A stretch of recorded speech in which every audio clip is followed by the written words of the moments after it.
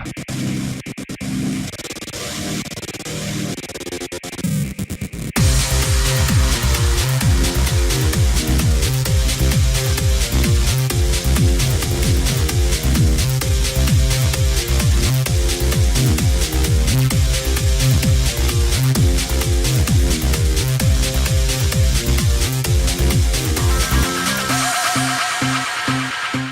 everybody, welcome to this week's episode of GeekStorm, streaming through all kinds of multimedia platforms. Just the one. You can catch us on KGov, you can catch us on Hulu. No, we can catch us on Hulu. But I thought we made a special deal. No, we didn't make a special deal. What? We got to get people. Yeah. I'm Sean Hilton, owner of Comics Cubed, founder of the Kokomo-Con, and today I'm joined by one of my very best friends in the entire world, Michael Allen Harrison, who's trekked from the great far north to be with us today. Thank you for making the trip all the way down here, Mike. I live here. How's your week been, buddy? Great. Any geek stuff going on you need to get out there right away? Working on Halloween costumes, really just trying to knock them out, you know?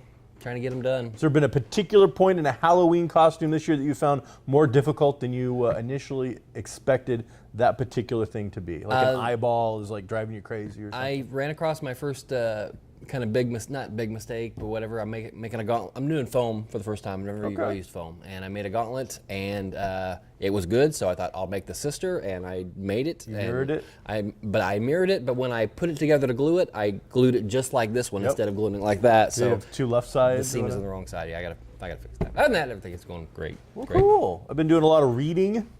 I just read a book that our good friends, the Gray family, has been telling me to read for quite some time. Reading is fundamental. 14. I didn't really find it all that amazing, but... What's it called? 14. Oh. Peter Klein or something of that nature was the writer. Nope. It's got a lot. It's got all the themes that I enjoy. I think it's got stuff that you would have. It was like a mysterious apartment building with weird, lost kind of stuff. I do enjoy mysterious apartment buildings. You hit the nail on the head. There's strange things going on. Each room's got its own little mystery. Wait, Klein, is that the guy that did the other book that we like? The one that's a movie now? Regardless, there's a Tesla element, a mystery, cabal kind of element, a Lovecraftian kind of element. Ready Player One. Oh yeah. Is that him? No, absolutely not. His name's Klein, isn't it? Oh goodness. Excuse me, I don't remember. Okay. The only thing I think he's done is you're allergic to the word Klein. Ready Player One and Armada. Okay. Which wasn't a sequel. You must not have met this guy then. No, a different guy. But it was a fun little book, but it didn't blow me away. Then I read a cozy mystery kind of a thing, which is some weird genre of mystery, but it was okay. But it was by a writer I really like, so I checked it out, and then I started reading another book called Deadfall Hotel, which was just horrible. Oh. On the back, it's like Kafka meets The Shining. Are you going to finish it? Yes. What I'm going to do is I read a bunch of reviews after I started. I'm like, am I the only one? Am I just not getting it? Because I'm really not enjoying this at all. And one review was like, hey, here's the deal. All of these stories form up into bits and pieces. So read them. Don't read it all at once. Right. Read them as like each chapter is its own book, and then go. So that's what I decided to do. I read the first part, and then I read the first major story.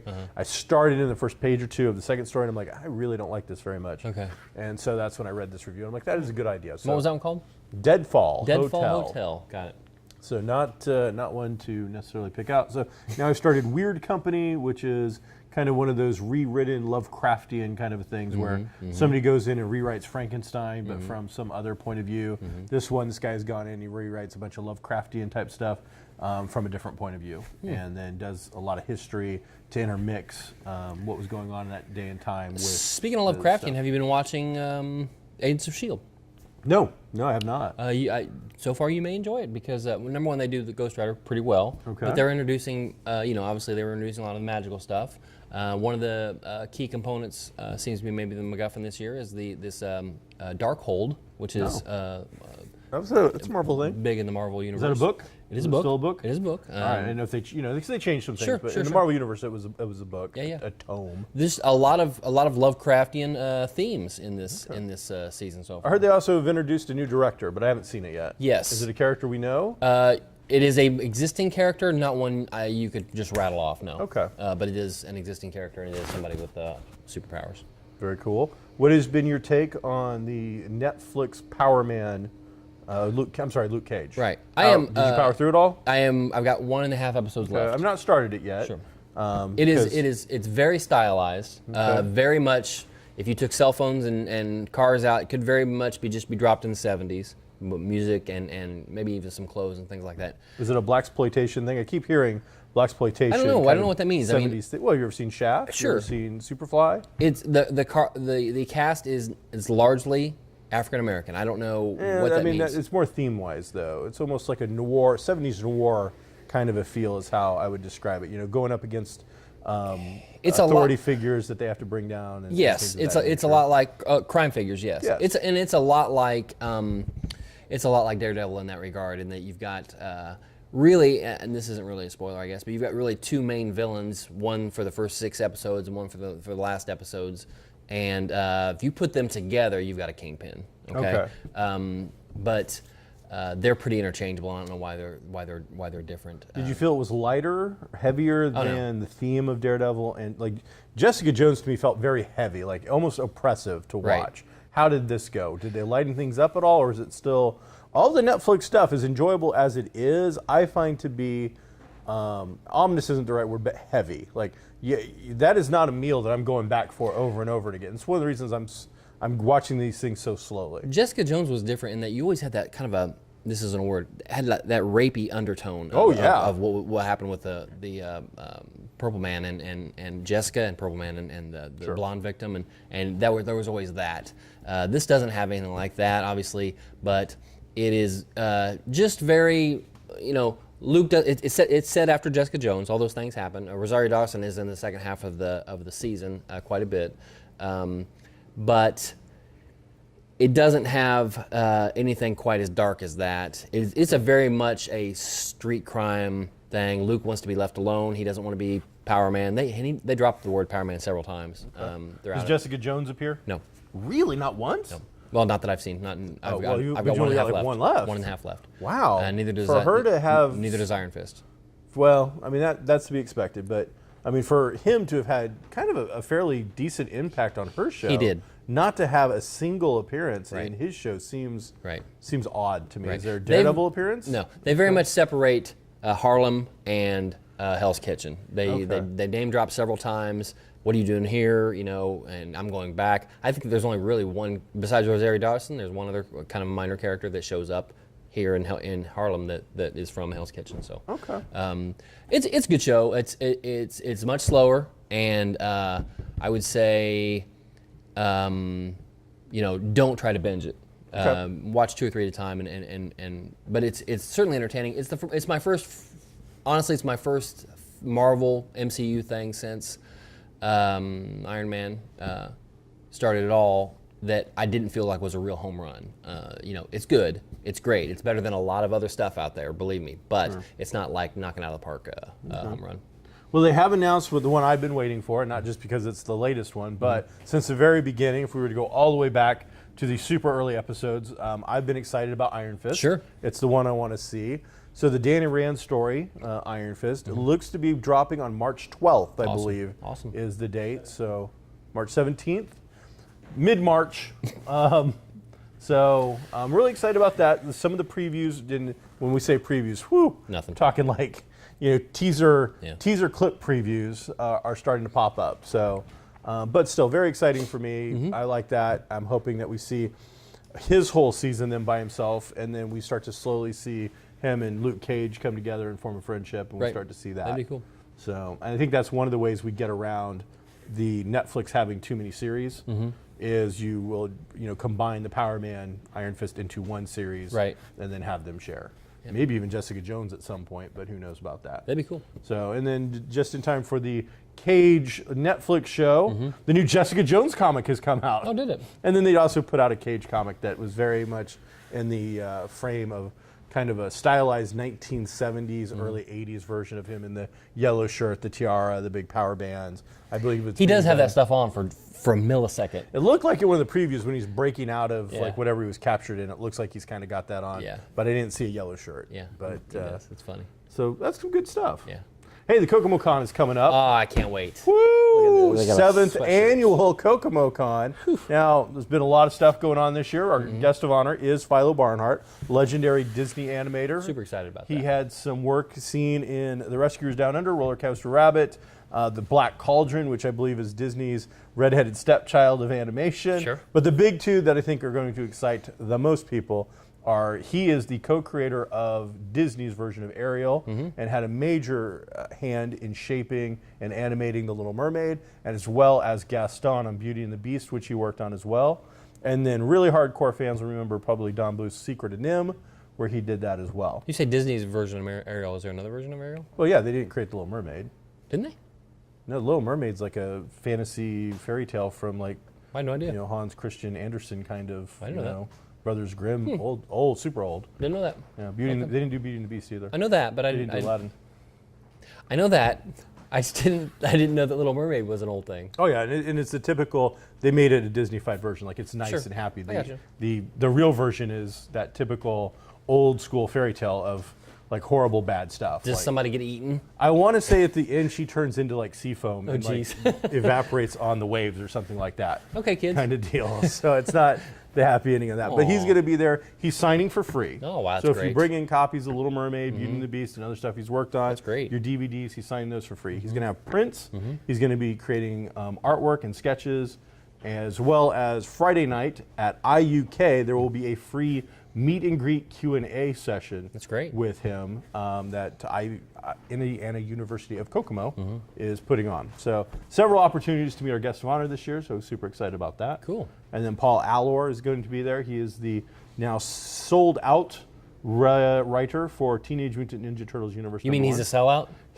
He sold out to IDW because they sold out of their first issue. So it's the book sold out. They went back to press. It's done really well. It was one of the, I think it was in the top 100 books, and it was one of the only, not Walking Dead, not Marvel DC books of the month that was able to reach such an accolade. So some fun stuff going on there. Good. Very, very exciting. Yay! You do that when you don't know what to say next. What's that? You do that thing you just did, that Yay? yay thing. Huh? Oh, we do yay, woohoo, other things. I know. Doesn't really matter. I could just talk over you, and then you could try to talk over me. This but- isn't a debate. Let's but- move on. Let's move on to the rest of the show. Oh, man, I'll tell you what. You know what? It's that weird time of year where there's not a lot of exciting movies. Right. Yes. But man, there's some exciting trailers. Oh, yeah. Holy cow. Yeah. So, Go ahead. Fantastic Beasts is Sure. probably the first movie coming out. That looks really exciting. The whole Newt Scamander in the United States of America, Right. Wizarding World, Harry Potter take. People are ready for some more Harry Potter. I am ready. I'm excited, and they have produced what may very well be my first real attempt, seriously, to do a cosplay. Really? What are you gonna do? The U.S. Magic Cops that you see. Have you seen the trailer? No. They're just in the background, but you can tell that there are these magic cops of some sort. It looks like they're facing off against the period piece real cops. Okay. And they've got basically, the old school suit with a trench coat kind of thing over the top of it, fedoras, wands. So it looks like they are G-men from Nice. kind of the magic thing, and male, female, Sure. all different, ethnic shapes, sizes, the whole 9 yards. Right. But, yeah, it's like badge, no, wand, and so it looks like they're getting ready to go out. It looks, it's got everything that I like. Cool. It's got the right look, it's got the right feel. That's great. The the trailer itself has shown a lot more of what's going on. They actually use the word nomad as opposed, and he even says, well, we call them muggles. Okay. So I see. you're really Nomad. not up on any of this, are you? I haven't seen it. You guys saw Do you know what House Newt Scamander's from? probably Hufflepuff. That's good. Good one. No, we don't high five. I think that I'm sick of, and I don't think this falls into this category because it's got the Harry Potter mythos behind it. But I am definitely sick of the fantastical stuff in my head of a director throwing on the screen type of thing, like the movie that you guys saw a couple days ago. The peculiar Miss Peculiarity parody. House of Peculiar Children. Yeah. That doesn't appeal to me at all. I'm sure this movie will be much better than that. I just stay away from it. I'll tell you what burned me. I'll tell you what sent me over the edge. Okay? What? What was that piece of crap? Jupiter something. Jupiter Ascending. That's the one that sent me over the edge, and I was no more. With Magic Mike and the Chick Yes. 70 show? Yes. I was done. All right, I didn't see that, so Well. I wouldn't know. But I think it looks really good. I think Harry Potter fans have something to be excited Good. about. Plus, it's all new kind of original material. You know, we don't have the book now to compare it to for once. Right. There is no going into it and wondering, Right. you know, what's this? So then Doctor Strange has now put out a longer full trailer. Looks great. Holy cow. Looks I amazing. mean, it just doesn't end. I know. And not to downplay that, but then Rogue One I think has put out its final trailer. I think so. Well, they're saying that, but then we know we're gonna see an international trailer. Yeah. There'll be an Asian trailer. Sure. There's more to be seen, but man, they've shown a lot, and it looks really tight. Did you see the Chinese poster for it? It's just a close up of a rebel helmet, kind of all burnt up and shot up, just laying sideways on a beach. It looks like very much like World War II-ish. It's Like a really Normandy cool. thing, kind of thing, It with looks awesome. That. So that's cool. Yeah, I'm excited about both those things. Can't wait. Disney's, we're not far off from Doctor Strange, are we? Yeah. Maybe. Well, I think it's Fantastical Beasts first, then Doctor Strange, then Rogue One. Disney's released longer versions now of their Maui, their new animated. Oh, with The Rock, which will be based on with Dwayne Johnson. Yeah. So that looks really cool. If you like Disney stuff, Sure. then who doesn't? Well, so was that also a previous thing where a girl turns into a watermelon or whatever she turns into? I don't know. I don't. I think this one is based on a native legend Okay. of. Not the necessarily a fairy people. tale everybody knows. No, I think he is like an actual god or something Okay. from the mythology of the islands. Cool. So I'd have to look it up. But and then that got him in a little trouble. Did Disney then because they put out these movies, but they heavily market them. They put out toys for everything. Sure. There's going to be there's going to be a shampoo, hair conditioner set. Right. There's going to be surfboards, kayaks. There's going to be action figures and all this other stuff. Well, they put out the Maui costume. Right. Or again, and I apologize for saying this guy's name wrong. I don't. Manoa, I think maybe or Yeah, something Minori like that. maybe. Sure, I'm I not don't know. sure. I think But either Minori, way, maybe. it's. So but the costume was basically a skin suit. Right. You just put on this this flesh covered thing, Right. which tinged your skin color to a darker hue, Right. and then had like his tattoos Tribal and stuff. tattoos. And then I think it had a wig. Sure. And whew, Yeah. man, People get upset about it. that doesn't go over well. It turns out. Yeah. So- There's a similar thing out there with the Day of the Dead stuff. There's a lot of Hispanic cultures and cultural groups that are upset about the face painting and everything, and they say that's our culture is not your costume. That's not what it's for. And Whoa, hold up now. And I don't know much about this. I know you don't. I'm ignorant, but No. I thought that was a costume. No. For their culture. I thought that they dressed up. They don't do this every day. This No. isn't something like, hey, Mike, we're going to work. We're going to put on the Day of the Dead costume. That's like a version of a holiday for them. That's it's part of their ceremonies and stuff. It's part of their thing that they do on that day. But for for other people to do it on Halloween, I'm just telling you what they say. Sure. Because I'm not that plugged into it, I don't know. But they feel like some groups. This is some groups. There's always some groups. Okay, there's always people feel like it's taking away from. I mean, at some Their point, culture. isn't it expanding upon the culture? It has certainly made People like me who more didn't know aware. anything about it now know quite a bit more about it. They're not looking to expand, though. I mean, they're like, that's great that you're interested. This is me talking, not them. That's great that you're interested, but it turns out you aren't Hispanic, so you're not going to really understand what's going on. So I think that's just what they think. I have no idea.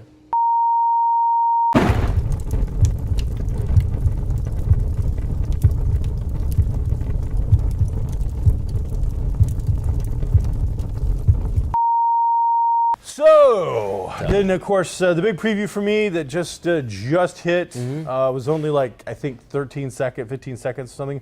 John Wick 2. Oh, I haven't seen that yet. John Wick Chapter 2. I like the first John Wick movie. Oh man, those are so fun. Those are such a good film. This is just him basically getting tailored. It really is like him looking out on a cityscape and all of a sudden doing some tailoring. Did he pay with a gold coin? Yeah, maybe, because the guy that's doing his tailoring Nice. is just guns in the back. Just everywhere you look, guns. He's wearing some weird chain stuff. And it's just like, is this a social or a work thing? And he's like, oh, it's social. And so it just looks like your I don't know typical how. And this is John Wick film. based off some books. Do we know? Is it? No, I don't think so. I think this is all original. Okay, let's just say it's based off of it's all new material.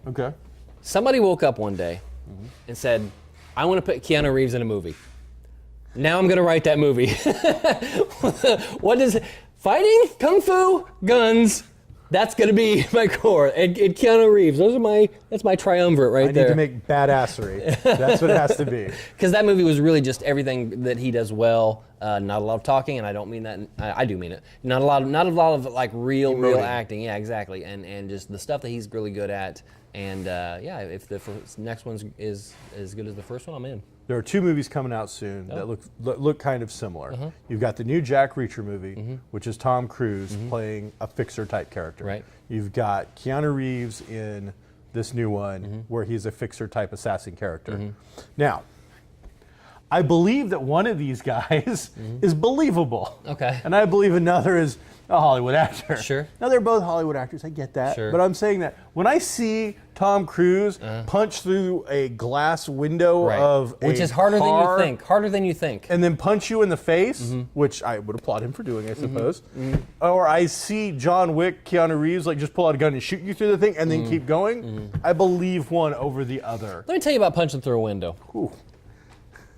You can't do it, okay?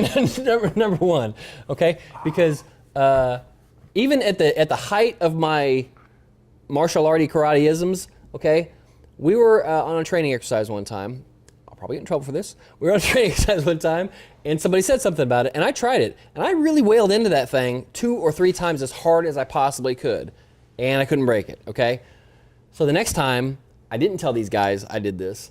The next time, in my glove, I had a little piece of metal because that's what we use to break windows. All it takes is a tiny bit of pressure in a super small area. Yeah, that's what does it. So I had that in there, and they didn't know. And then I did it, and they were all like, "Oh wow, I can't believe you did that." That type of thing. But in just real life, I think Schwarzenegger does it in True Lies, and now we see this guy do it in that. No, that doesn't. Tom Cruise. That doesn't happen. Tom Cruise, no. No, and it's funny because if I'd been with you on this training exercise, I know you well enough. I've been like gloves immediately. It would have been now like gloves What? now. What? I'm like no, I don't know what you mean. I'm like now I need you to throw this softball across this street. That's what I need to see. I can do that. So Back in the day, I could have done that. so yeah. So hey, Kokomo-Con is coming up. Sure. We got the costume contest, and the information is now out there. Wow. On the main stage. Where can somebody get all the information? I know you're getting ready to dump, but where can somebody get all the information they need? You can go to Facebook to Kokomo-Con. Okay. You can go to the Kokomo-Con website. Okay. You can come into Comics Cubed, where you can also buy the tickets.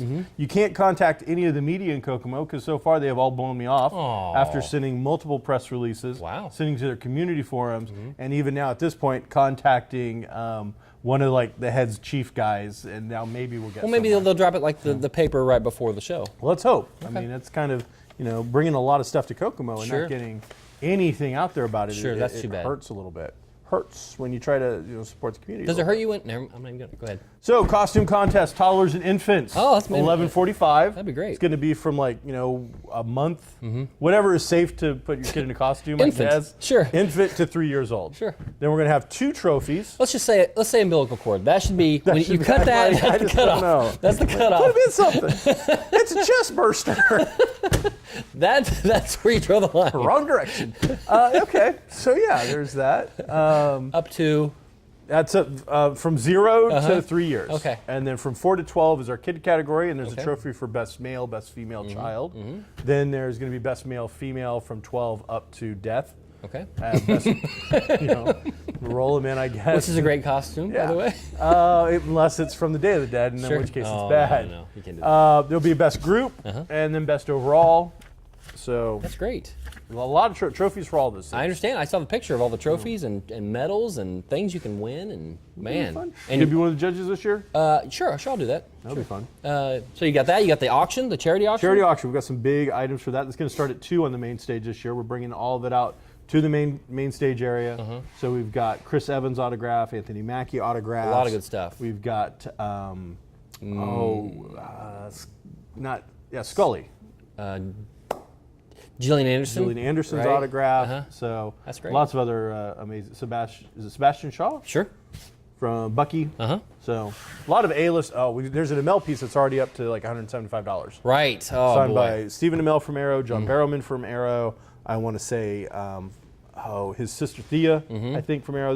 There's like 5 signatures on a print, and the print was actually created by a local artist from Kokomo named Tabitha Weaver. Oh, So Tabitha Ashley. Tabitha? Ashley? I get it. Yeah. She has a fake name with us, so it's weird. Thunderous Arts is the name Yes. of her studio. And So she's, she created she's a amazing. beautiful print. Yeah. She created a beautiful piece of art, made it into a print. Right. They then took the print to shows all around the Midwest Right. and collected like 5 different signatures from Right. people starring in the show. So And Stephen Amell even put it up on his Twitter, Yes. a picture of this amazing print with him next to it, because it is amazing. She's a great artist. it's like that big by like that big. She specializes in painting vinyl albums. Records. Yeah, and so it'd be great, say if you're a fan of nearly anything, because nearly anything has had some type of album made over, whether it's a movie or a favorite group or whatever. Go on down to American Dreams, pick up the album, get it to her, she paints it, frame it, throw it on the wall. It looks amazing. It does. She did Star Wars for you, right? Yes. Was it a Vader? It was a double. I did Star Wars is a double album, so she did Obi-Wan on one side, she did Vader on the other side. Oh, look at that. You're Well, so cool. is she at Kokomo-Con? Oh, absolutely. Yeah. We have be a lot- great time, great place We have to- many amazing talents at the Kokomo-Con, including community locals. So really excited about that. So something going on. Also, some announcements were made yesterday at Cook McDougal's, one of the longest running sponsors of the I would say Kokomo-Con. the longest running sponsor. We have at the Kokomo-Con, we have officially signed contracts for 2017 Wow. with the Kokomo Event Center. So we will be having on October 14th of 2017, Mark that down. the 8th annual Kokomo-Con will be appearing. How do you do it? So we're very excited about that. That's great. And then another big announcement. It's actually really fun. It's kind of cool. We're adding a new element to the 2017. Well, there's only so many elements that are available in the periodic table. Well, we're adding the COOL one to this See, one. the Coolium. All right, go throw it. So What is it? What do you got? We are introducing the 5-minute phone flick festival. 5-minute phone flick festival. That's correct. Can I see that device there? This one? Yes. These bleeds? Right there. Okay, sure. So the way the 5-minute phone flick festival works is you have to make a movie. You can only use a cell phone. Any cell phone will do. You have to own your cell phone. Sure. You can only then use free applications to enhance, add effects, anything to your movie. So everything's got to be done on a phone. Everything has to be done with free applications. Right. Legitimately free, not borrowed free, Right. not 5-finger discounted digital free. Aw. You have to use legitimate Sure. free applications and less than $100 in anything else. Like if you go out and you want to do an Indiana Jones thing and you have to buy an idol, all your props and everything have to cost under $100. Oh boy. Now you can own if you're lucky enough and you actually legitimately own a DeLorean, you can put a DeLorean in your movie. Okay. But it's got to be stuff that you have access to. Right. It does give an advantage to those people, I guess, who are incredibly wealthy and already own crazy stuff. Sure. But that's the idea. So we're gonna have a film festival at the next Kokomo-Con. Oh, at the next Kokomo-Con. Yeah, we don't have enough time. Oh. We're telling people this far in advance. Oh, okay. 5-minute movie. 5-minute phone Flick flick festival. That's it. 5-minute Is phone there 4? flick I thought festival. there were 5 of them. Well, there's a minute. So 5-minute phone flick festival. 5-minute phone flick festival. Wow. Really excited about that one. We think it's going to be Somebody's gonna really mispronounce that at some point. We're gonna completely, be completely really sure. different. We haven't introduced the genres yet. There will be genres. There is a fee to enter. Oh. There's a $5 fee Of course. to enter the 5-minute phone flick festival. All of that money will be donated to a charity we haven't picked out yet. We have to decide what it's going to be, but we're Kokomo-Con, I mean, we're obviously, I'm heavily promoting it today. Sure. It's a little cheesy, but No. we give a lot of money to different charities. Sure. And we really go out of our way to do it. We're going to introduce this new element. We are going to pay for the room to put it in. We're going to pay to advertise it. We're going to end up paying a lot of money, and then we're going to donate all of these $5, however many there are, to a charity. So, And all these shows will be shown at the Kokomo-Con. Okay. Now, if it comes down to a point where we legitimately get like so many that we have to cut, then we will have to do the whole judge panel thing beforehand. Maybe do the festival the day before, You know. and then The awards are the best. then the Something. awards, yeah. We'll start working on some sure, stuff. that's awesome. So I think it's going to be I look forward to fun that activity. Yeah. And then the last major announcement that was made at Cook's last night. There's one more. There was one more. I don't know how you do it. Well, it's not easy. March 18th Of this year? well, that would be difficult. March 18th of 2017, we are bringing in a smaller show to 150 North Reed Road, which is the Ibn Saud Grotto, the home of the original Kokomo-Con back in the 90s. Oh, boy. And we are creating a smaller one-day event called the Groovy Geek Gathering, or C3 presents G3. Okay. So we're going to be doing a one-day smaller show as a warm-up. We've had a lot of people asking for a two-day Kokomo-Con. We don't have the attendance to pull it off, and we don't have the cash to pull that off. Sure. We've had people ask for another show. So this is our way of doing it. It'll be a smaller, more intimate kind of affair. Obviously, the room is much less. We will continue doing a yearly Kokomo-Con at the Kokomo Event Center with the 40,000 square feet, as long as they will have us and we can afford it. And then we will start now doing we wanted to do it in spring, but it turns out Kokomo goes on like a spring break for like 2 straight weeks through the schools as they rotate in and out. Nobody can afford to go on vacation anymore anyway. It's okay. No. You can do it. So we're going to do it in the middle of March, and it's like a pre-spring cleaning fling kind of a thing. That's the day after Iron Fist comes out. So that'll be amazing. So much to talk about. So those are some of the exciting upcoming events that you can check out that are Kokomo-Con related. That's great. So you're going to start making your 5-minute film? Oh yeah, if you go back and watch this episode, there'll be a point that you see you talking and me just kind of blanked out staring over here because I'm doing a thing where I'm just thinking, I'm not even listening to you. I'm thinking about what I'm going to do. Yes. It's awesome. Yeah. So only $100 in costume supplies though. So whatever. Keep that in mind. No, new. What if I already have stuff? Oh, if you already have the costume, then I can't, that's all good. You're set. Shoot. So there you go. What else you got going on, man? I've been watching a little TV. Me too. I won't get too much into it because you haven't watched it, but Flash and Arrow just came out Tuesday and Wednesday. Disappointed in how quickly they really kind of got away from Flashpoint. Really? Done in one episode done, you're saying? I think there'll be consequences, but he went back and fixed it, in one episode. Wow. We're just now finding out what these consequences are, but